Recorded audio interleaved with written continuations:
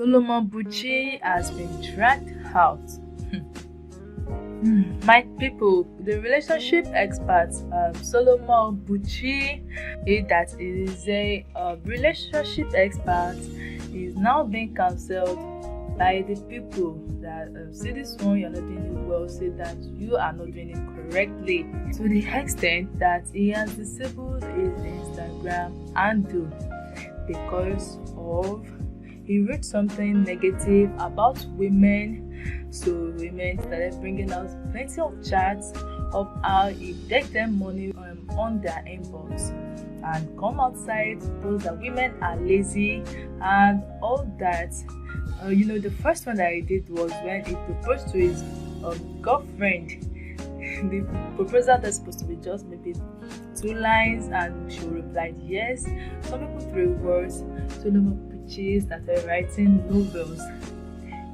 This is showing us that he really went to school, and the novel was so much that he even put what he's not supposed to put there. He said, "You are not the most beautiful woman, neither are you the most intelligent woman. But like I've chosen to never find perfection in anyone else, I put my gaze on you. And with that commitment, we will mold ourselves for ourselves. Our perfection is our commitment."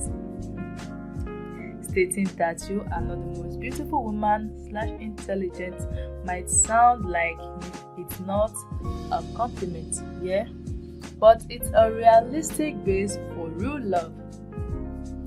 Acknowledging that my woman isn't the best, but I'm not looking for the best. I was looking for you and I found you. I won't be able to read every of this thing, but that's just for proposing. So people were dragging him down. Why will you say that your girlfriend is not the most beautiful and not the most intelligent? Now what kind of talk is that? So the first person here said, this here is an example of a narcissistic gaslighting, belittling her while making it seem like he's uplifting her. By the way, out of the both of you, she's winning in the looks department. As a mental and behavioral health specialist, she should leave. Second person said, you posted a full portrait of that woman's face and opened up this post with "You are not the most beautiful woman in the world." Audacity must be played on every corner, absolutely TF not. The third person said, when you are a 5 trying to gaslight your solid 10 partner into thinking they are dating up. My people, if what people is thinking is what I'm also thinking, if you have to marry this man, oh my god, you are in soup. Because even when he's wrong, it will make you feel like he is right, and you have to watch out because this man here is like a red flag. Because the person you are engaged to is supposed to be the most beautiful and intelligent person in every man's eyes. But he is posting up that you are not the most beautiful. It's somehow.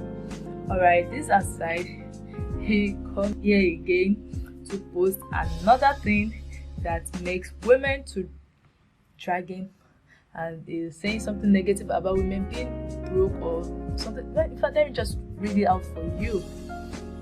He said, men, stop dating broke women. They won't help you grow. They will drain you. They need money for everything, even for oxygen.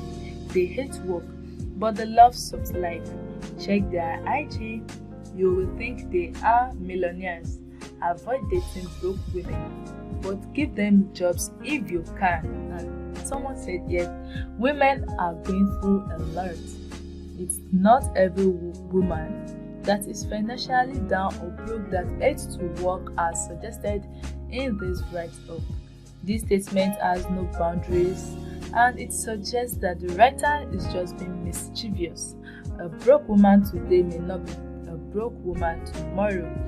There are prospect values, principles, amongst others, you should be on the watch out for, and not just mere finance.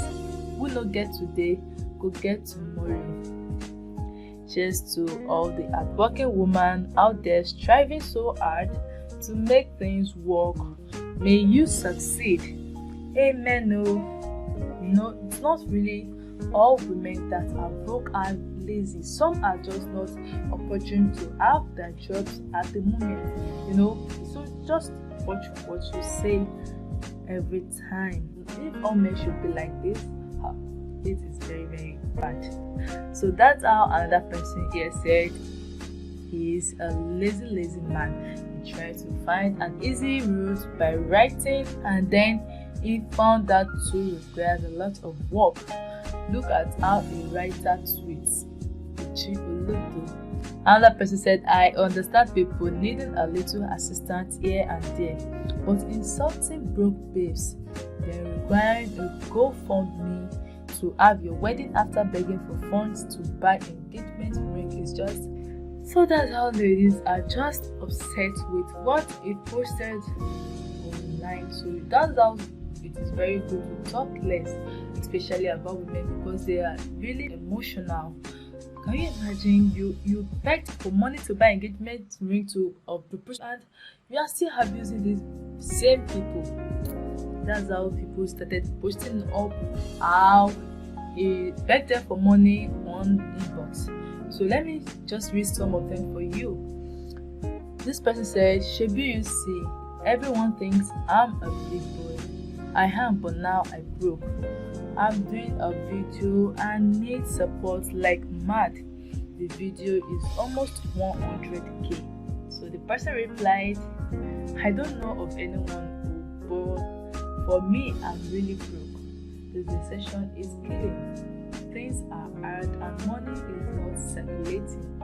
I'm being owed 3 months, but I'm up for this month. Things are not the way they used to, but I refuse to complain. So he replied, it's well. So the person replied, well, if something comes up before the end of this week, we'll holler you there. Let's be positive. So he replied, no, that's how crushes should behave. So that's how many people release different chats of how he begged them for money. I won't be able to read all, but that's how it's been. Like, this is a very bad thing to do.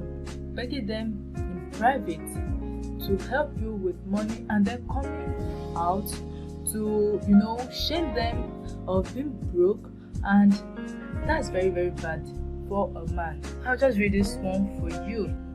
Another person said, I've been following Solomon Buchi's case, and I think it escalated to the point where he deactivated his social media account after more embarrassing screenshots appeared on Instagram. Before I get to my point, I just want to say that creating a crowdfunding account for his wedding isn't new. Americans, for instance, crowdfund everything. Weddings, business, buying a house, baby shower, and so many more. So Solomon didn't do something unheard of. However, I'm concerned that he wants to get married while he's not financially stable enough to buy something like an engagement ring and a flight ticket for his woman without asking for help. Planning a wedding is a daunting task people don't want to do with. The rich hire wedding planners and drop a lump sum to cover costs, while the poor struggle to put everything together and save money. A lot of people get help from their friends and family when planning a wedding, even if they won't admit it openly. I have seen cases where one family takes over catering expenses while a group of friends handle drinks and cakes. It's normal, it's totally fine. Where does that leave a man without a lot of money to start his new life with? He might need a bigger house, which would cost money. Children will come, and that's also a money guzzler. So is Solomon Buchi ready for all this? How long will he continue to ask for help? I understand that some financial setbacks are temporary, but that's only if you reduce the cost of the setback, not add to it. Are we getting married right now? Help this struggling man. A A lot of Nigerian men are in this situation and it's not funny. I was in a WhatsApp group when the guy dropped his wedding list and bank account details for people to donate. When children comes, they will repeat the same thing. I don't blame Solomon for not having enough money to give his lady a dream wedding, but if they are going to ride this together, then they need to be on the same page. They need to plan accordingly and take their time till they are ready. They need each other and must work together. Lastly, I also understand what triggered this issue, and some are saying it's because he asked women for money. If he had begged men for money and then tweeted that women should stop dating broke men, DM screenshots will show up too. After all, men post screenshots of their chats with broke women on the TL all the time. So everything started from that tweet. Social media cruise is fun to a certain point when single, but when you are about to face the real deal, marriage, you need to show a level of maturity and leave some topics behind. So that's it. So with all these things, if this lady is your sister, what would you advise her to do? Because to me, this is a big red flag. Because if a man is talking like this, it's very bad. So let's see what people are saying. The first person says, if you live in a glass house, don't throw stones. You can't confidently broke shame woman when you are always begging. I'm not saying don't ask for help, but practice what you preach. And another person said, my own they say, if you want marry, no go pass yourself. Plan accordingly to what you have. If na wedding you want to, if na money for small church you get, invite only your family and friends for the wedding.